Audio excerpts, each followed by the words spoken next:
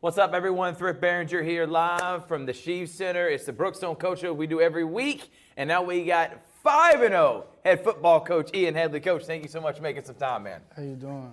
All right, Coach.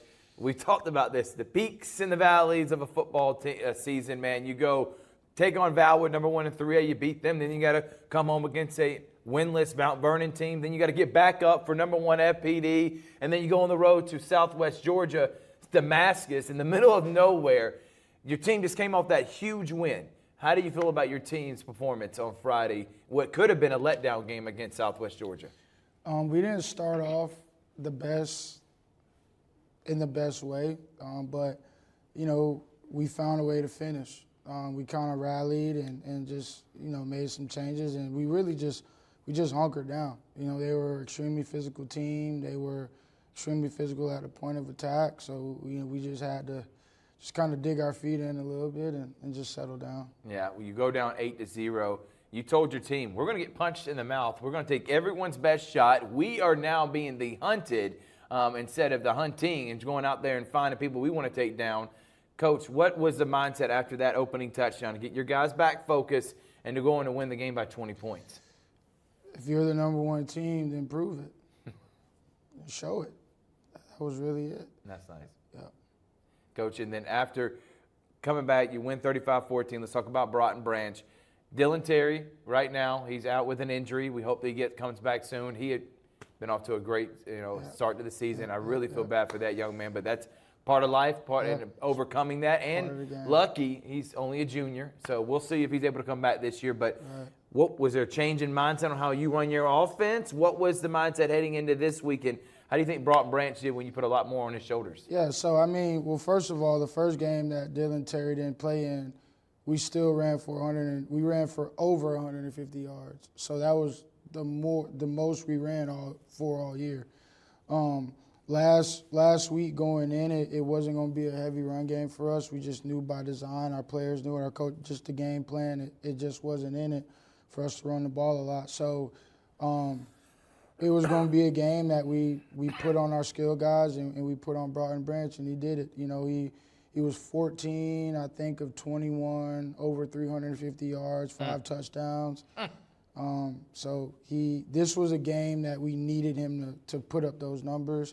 We had 2 receivers go over 100 yards, Mitchum Kelly and Sammy LeBoy, and Stuart Wolf was right behind him. I think he was like 20 yards short of 100 or something like that. So it was a game that we needed to clean some things up. We needed to get some things right, and that's what we did. Broughton 5 touchdown passes. He's got 15 on the year, Coach. He leads the area in touchdown passes, 15 and 4, and I think he's on the way to breaking Brookstone records this year, led by your offensive play calling, man. But you put more pressure on him.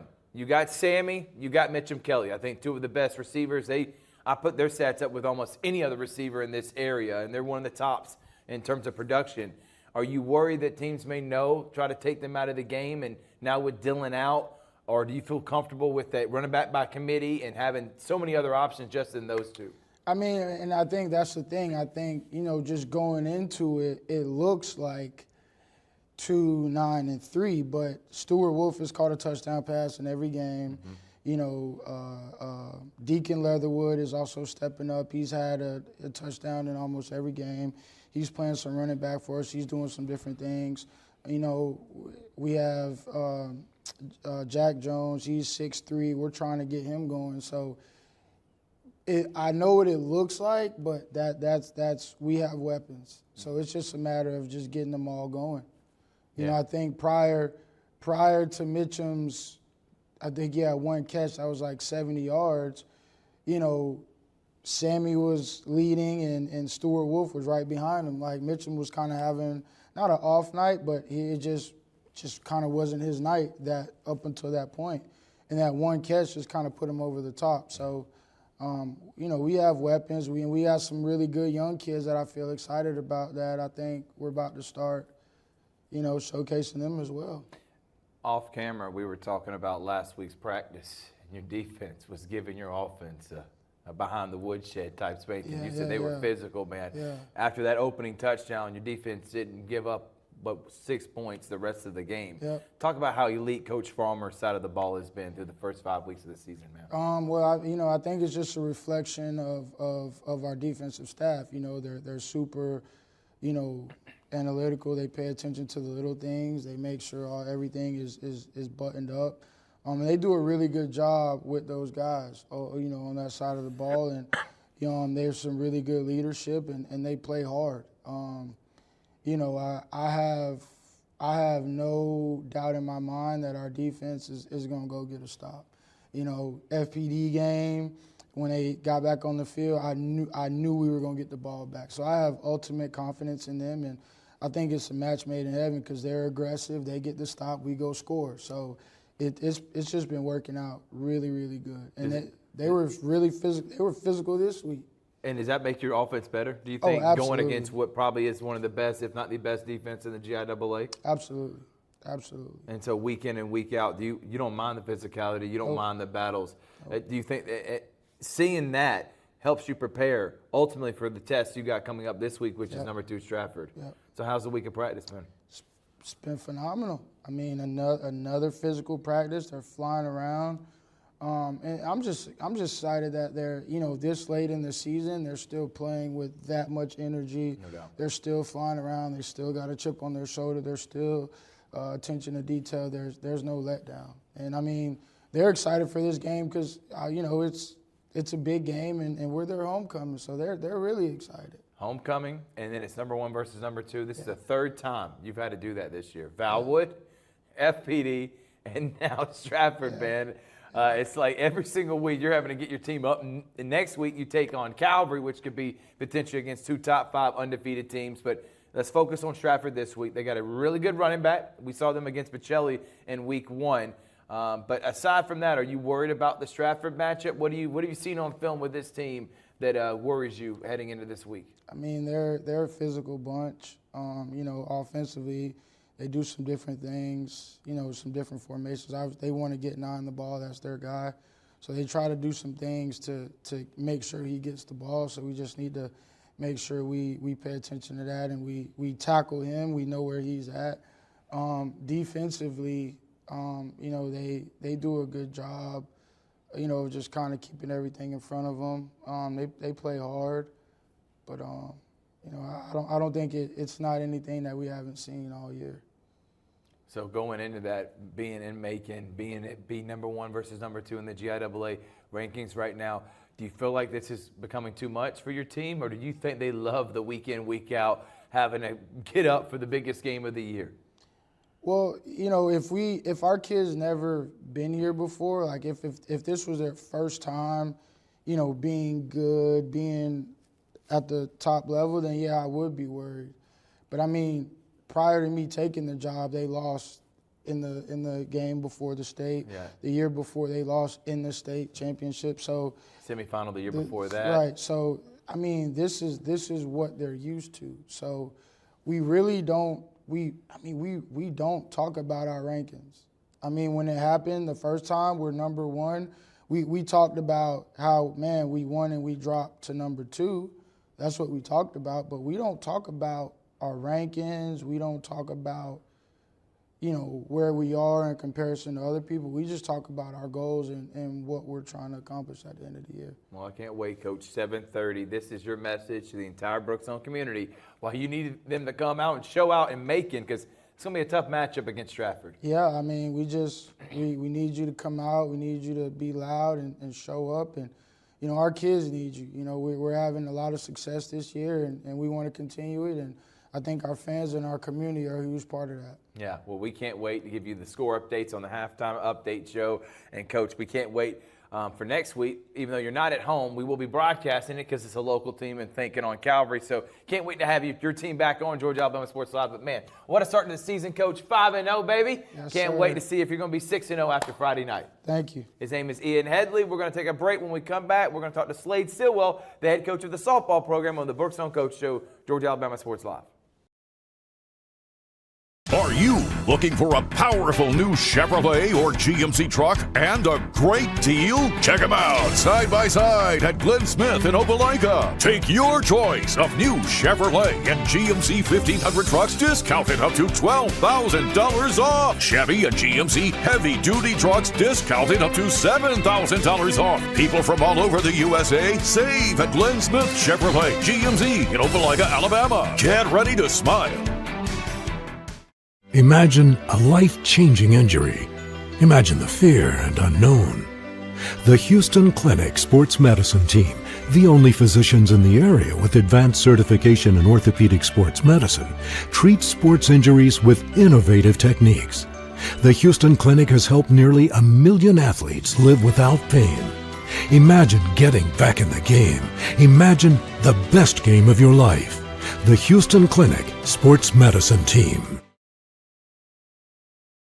One of the Sheaves Center Brookstone Coaches Show, and I am with the head softball coach, Slade Stillwell. Thank you, Coach, so much for joining us. Thank you for having me. A long time overdue, and like what we always do with coaches for the first time when they come on the Coaches Show, it's kind of let you tell your story. So instead of me interrupting, I'm going to let you start from the beginning. Where are you from? Why do you love softball? How long you been involved with softball, and what ultimately led you here to Brookstone? Well, actually, I was a lifer here at Brookstone, so I Nice. graduated in '07, and I was a part of the last state championship team in '03. So from there, after college, I went to Smith Station and coached softball there for 8 seasons, and finally came back to Brookstone Nice. to take over this program. So why softball? Why was that the sport? Because you didn't volleyball, basketball, none of that ever appeased to you. Softball's always been it. Yes, it's always been in my family. My dad played baseball, so just kind of went with the family tradition. Let's talk about your dad, Phil Stillwell. Shout out to Coach Stillwell. Love him. Love what he does for so many athletes, and obviously the game, hats and stuff like that. But how much of an influence did he have on your life? Not only as a player, but as a coach too. I see him almost at every game if he can make it. But what is your dad, the influence he's had on you? He obviously coached a lot when I was younger, coached several of my teams. Yep. I don't remember a single game that he was not at. And even now, he's at every game, every away game also. And after every game on my way home, I call him and we have a whole long conversation. I love that, man. He tells me everything to do. And I love that type of relationship with your dad that y'all, for one, he shows up to support. I love that, every second of that. Does that mean a lot to you that you have him to kind of have someone to rely on that's experienced coaching before that you can just vent to after a game? Oh, absolutely, yes. And not only my dad is there, but my mom's there, my brother's there, Awesome. sister-in-law, my niece, they're all there. Awesome. So this is year one of taking over the Brookstone program. What were your expectations heading into this year? You know, a program that's kind of been down over the last couple of years, and you're trying to revive it back to the days of, we got literally a softball right behind our head that she signed when they won the 2003 state championship. But Coach Stillwell, what was the mindset when you took this job, and why did you want to take it? Is it because you played here? Is that why you wanted it so bad, or what was the reason? Yes, I really want to get it, back to where it was. I don't want to say just when I was here, but, in previous years. But I think we are really young this year. I didn't really have a whole lot of expectations, but, this team's really actually exceeding my expectations. We're young. We have a lot of underclassmen. Yep. We only have 4. We have 2 seniors, 2 juniors. So we're relying on our whole team. It's not just a couple players. I think as a team we're hitting over 420 right now. Nice. So, I think that really shows the depth throughout the whole lineup. Well, let's talk about Madison Alport, one of your seniors. She's actually leading the team in batting average right now, and off to a 6-4 start, by the way. And we've had them a couple of times. I think every game we've done from what we've done here at Brookstone, you've won. So we're going to try to keep being that good luck for you, Coach Stillwell. But talk about Madison Alport, the senior, what she's meant to you in your first year. Obviously, I think her stats speak for themselves. She's our 3-hole hitter, and she's got several extra base hits, and she's been so solid in the outfield as well. I believe she's got a lot of RBIs. Yep. And I think not only that, her presence on the field, but as a leader also. She's really, rallied this team. I love that. And y'all just got done playing Calvary. You beat Landmark. You got coming up Westfield, Pacelli, which that was a great game a few weeks ago, but this time you bring them home. I know you're excited about that. You did say you didn't have many expectations, but your girls are 6-4 right now, and you still have a chance to make the playoffs, by the way. They're going to be held here at South Commons. Would be really cool to play at. How do you get your girls motivated and focused to finish out the season strong? I think really every game we are learning a little bit more. We are, learning to move on from mistakes in the middle of the game, capitalizing on our successes, and hopefully, once we can, tighten up a little bit of our defense, really come back. And I think, the girls they're getting a little taste and they really want it. You talked about them overcoming mistakes. I know, especially for programs that kind of struggle in the previous years, that's been the catalyst, is like when something goes wrong, they just quit. Not really quit, but like it affects the overall game. How hard has that been early this year to get your girls to say, hey, it's one play, we got to move on so we can do it don't affect 4 or 5 more plays, and then we're down 5 runs. It seems like you're doing a good job building that confidence up, but how hard has it been? With being a younger team, we really rely on our older girls like Madison and Mary Carter Ford and Peyton Reigel. They really, help the team and just stay up in the dugout the whole time and not get down. And like yesterday when we played Calvary, hats off to them. They're a really good program. They're very good. Yeah. By far the best pitcher we faced all season. But I don't know that the score necessarily reflects how we played. Because other than a few mistakes, I think we played pretty well. So and Calvary really capitalizes on mistakes that are made and don't get down. So I think we're learning a lot each game. No doubt. And I would say Calvary is one of the best teams in the entire state, and they've been beating teams by 15, 16 runs. I think your girls held in there. I mean, obviously it's tough, but that's what you're trying to strive for. And by the way, Calvary wasn't this good 3 or 4 years ago either. It takes time building a program, and I'm glad you've been doing it. We're talking with Slade Stillwell in her first season as a Brookstone softball coach. Shout out some of your assistant coaches or people that help out the program, because I know it's hard. You can't do it by yourself. I wouldn't be able to do it without them. Tessa Calhoun and Olivia Wolf have really helped with the pitching. I was not a pitcher, so they have really stepped up. Tessa calls all the pitches during the game, and Olivia helps a lot during practice and helping the girls with their pitching all around and catchers too. Nice. What position did you play when you were here at Brookstone? Middle infield. Middle infield. Yep. Did you go play in college? No, I did No, not. I went to Auburn. So. Nice. Went to Auburn, got your education, Right. War Eagle, and then you did win a state championship here. And my final question, Coach Stillwell, what is it about Brookstone that's so special? You're back here teaching. Looks like you're having fun. Yes. Place that you were a lifer at. Why is Brookstone a special place? Really, it's just family. I mean, it's kind of cheesy, but coming back home. Yeah. It's where I belong. Yeah, no doubt. Well, you're doing a great job so Thank far. you. 6-4 in the season, and they host Pacelli September 22nd. That will be next week. We'll be here for that. That's going to be a lot of fun, Coach. That is Coach Slade Stillwell, the softball coach. We're going to take a break, and we come back. We got a guy, he's literally been cheesing since last night. He can't stop smiling. It's the Brookstone volleyball coach joining us next here after his big win on Georgia Alabama Sports Live. Hello, everybody. This is DJ Jones with the Sports Vision's morning show for the best in local, regional, and national sports news. Weekdays from 6 a.m. to 9 a.m.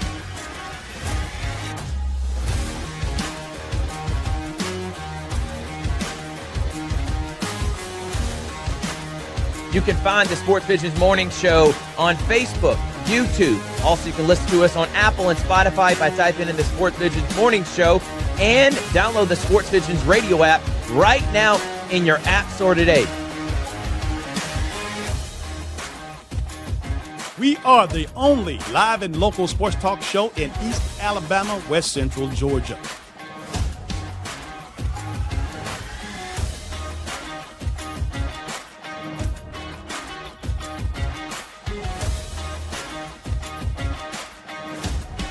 Sports Vision 92.1. We are your hometown sports guys. Welcome back to the Brookstone Coach Show here at the Sheaves Center, presented by Glenn Smith Chevrolet GMC, Coca-Cola Houston Clinic, and Kinetic Credit Union.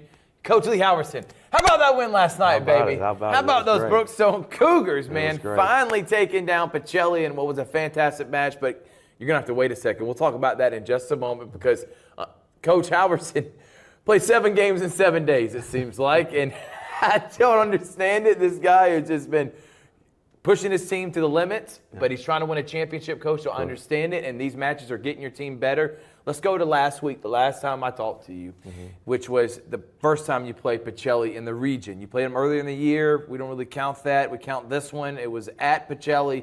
It was 1-1 in the set, and then your girls just kind of faltered down the stretch. They ended up winning 3-1. What did you learn about your team? What was your message to the team to rattle off so many in a row like you have heading into last night? Well, we talked last Tuesday, I guess, before the game, right? And I really liked our practice. We had a really good practice. I like our psychological disposition. I liked everything. But there's how you practice, and then there's the environment that you have to play in. And you can never mimic game speed. You can never do that. And I think the environment kind of rattled them. And I really think what happened is the fans kind of made an impact, and Pacelli made an impact. They did a really good job of doing what they do. Coach Christian has a great team. They're really well coached. We know what they're going to do, and they also know what we're going to do. Yeah. But they did what they do very well, and we got busted way too many times on serve receive, and it really came down to emotions over execution. Sometimes you go to a game, you get too amped up, and you can't level off and focus. And so, when that match was over, we had a heart-to-heart. And I told him a story when I was at Spencer. I had a bully, and his name was Ricardo, and he was a boxer. God, Ricardo bullying Lee Halverson? Yeah, No way, man. This guy was great, man. And I told him about open chest. They didn't know anything about open chest. He hit me, with an open chest, and I thought when I got in a fight with John Harrison in middle school that was the hardest I ever been hit. No, that day in the locker room playing open chest with him was the hardest I ever been hit. I was immediately intimidated, and started training, started working out, and knew it was going to come again. And my moment came, and I thought I was ready, and I wasn't. Right. And then a few weeks passed, and trained some more, got ready for the moment, and little did I know that the moment had passed me by because some other guys got a hold of him, and never heard from him again. Right. And my message to the team is like, look, Pacelli's your bully. Either you're going to take the opportunities to knock them down, or you're going to watch somebody else knock them out, and you're going to feel so small because of it. And I told them I had my opportunities to knock my bully out, and I didn't make the most of those opportunities. And I thought there'd be another opportunity. There was, but it wasn't for me. It was for somebody else, and I watched somebody else knock my bully out. And I told them either you can knock your bully out, or you can watch somebody else do it and feel so bad because of it. And the road to the championship for us is going to go through them one way or the other.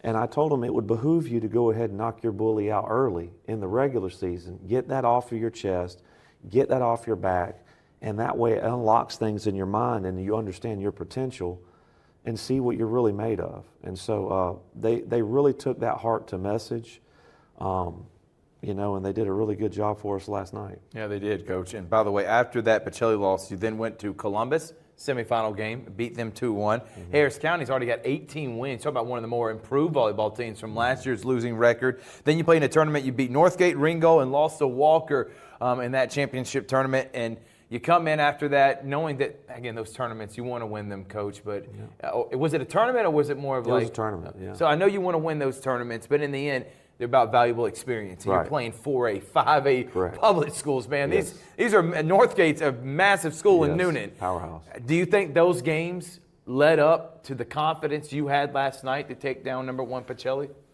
I think it did help. I think with young people and with coaching, I think what young people, fail to realize is that we're coaching potential. We see the potential. When I got married, we had an ice sculptor, and I walked in right before our wedding, 2 hours before our wedding. I said, "Hey, Chief, that block of ice, it don't look like nothing." He says, "It's an eagle." I said, "No, I'm looking at a block of ice." He says, "Well, I'm the sculptor, and I'm telling you, it's going to be an eagle." 30 minutes later, it was an eagle. I don't see a block of ice with the girls. I see the eagle. But my job is to sculpt all those edges out to create that eagle. Right. And that's difficult and that's uncomfortable. But what the girls got to understand is that I'm trying to coach the eagle. They might see a block of ice, but I see an eagle.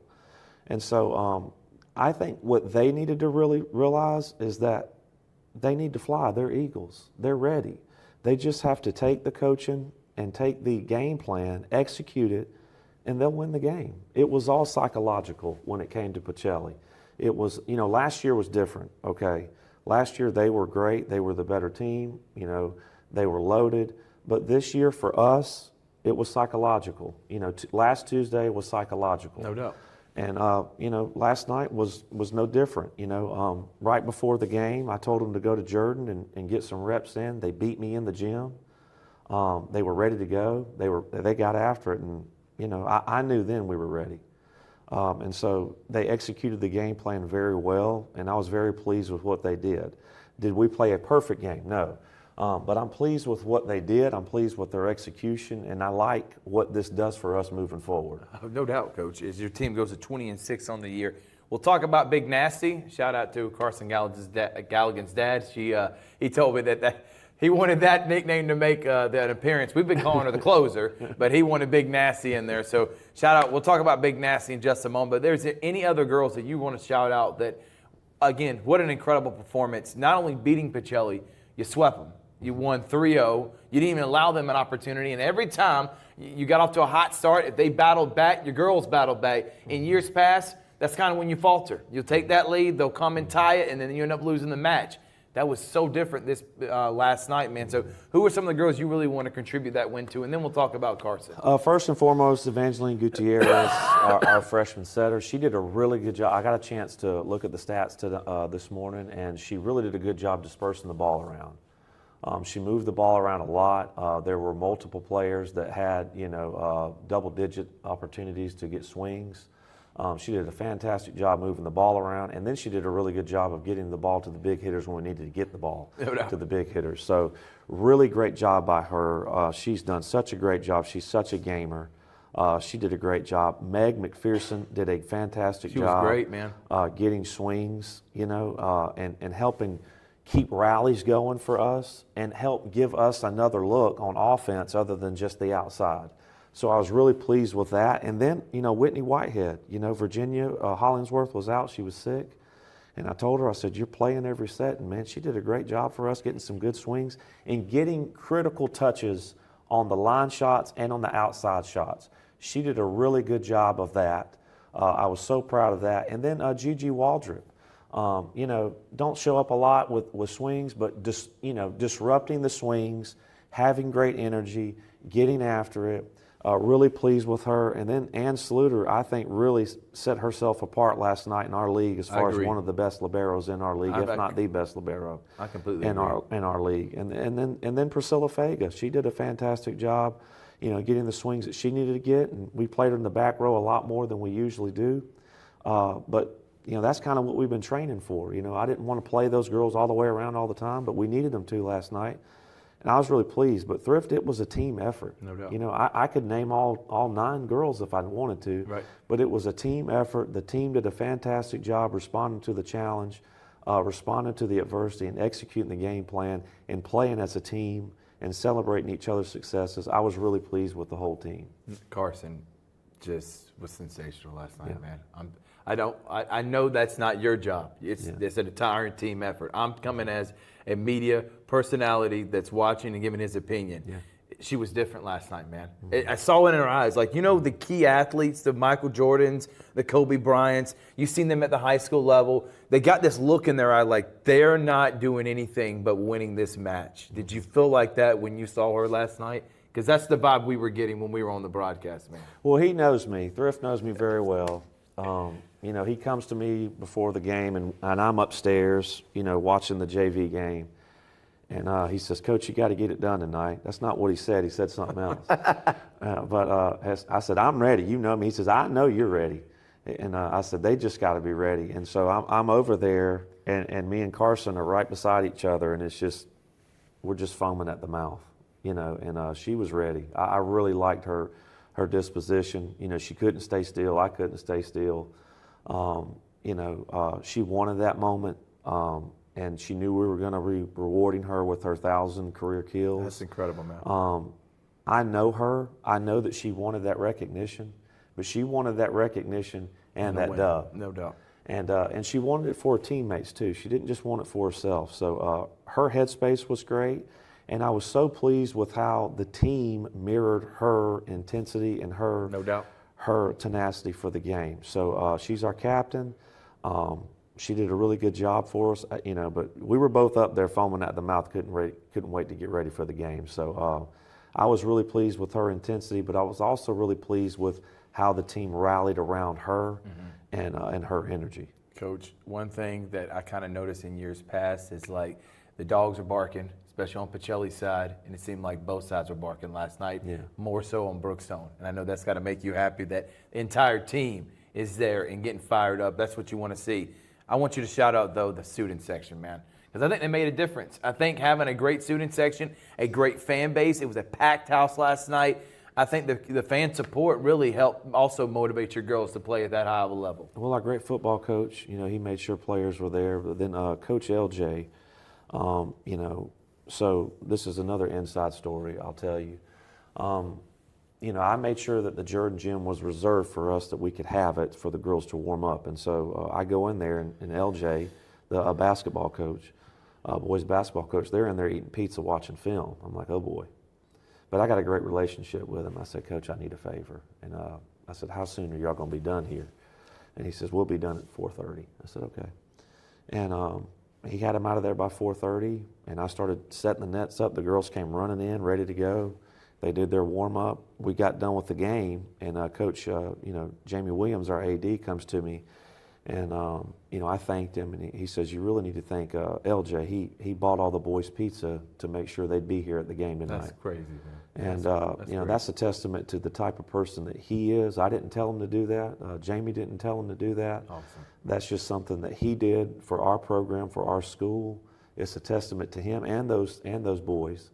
And we're going to be thanking them and Coach LJ today, and paying that forward later in the season when they get going. Awesome, man. But the students were fantastic. They were awesome. They responded.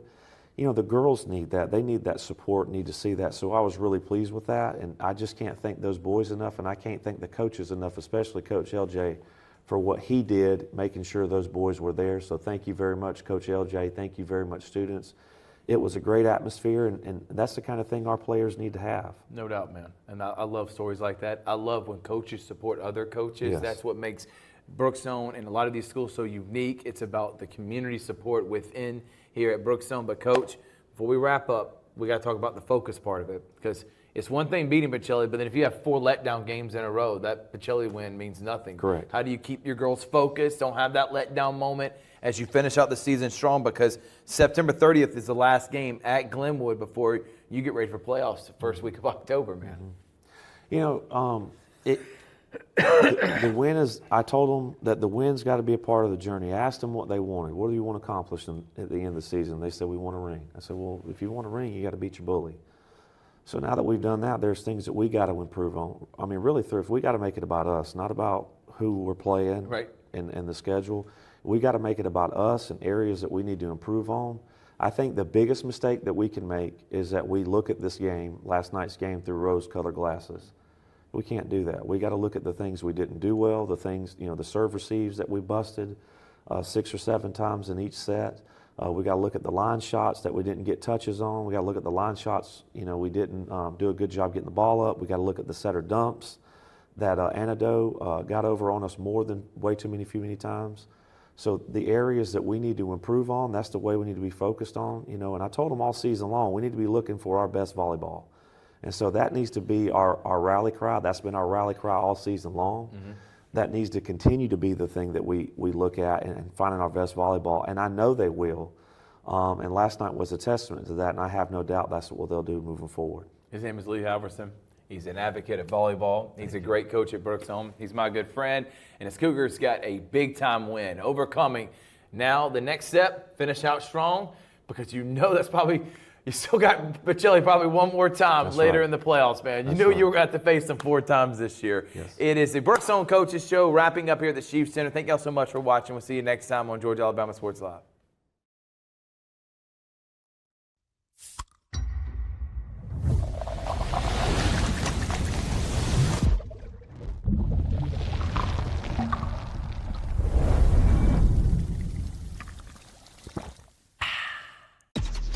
Real recognize real. Real taste, unmistakably Sprite. Real refreshment, crisp lemon lime. Sprite, obey your thirst. I'm always on the go. But with the Kinetic Credit Union app, Kinetic is always with me.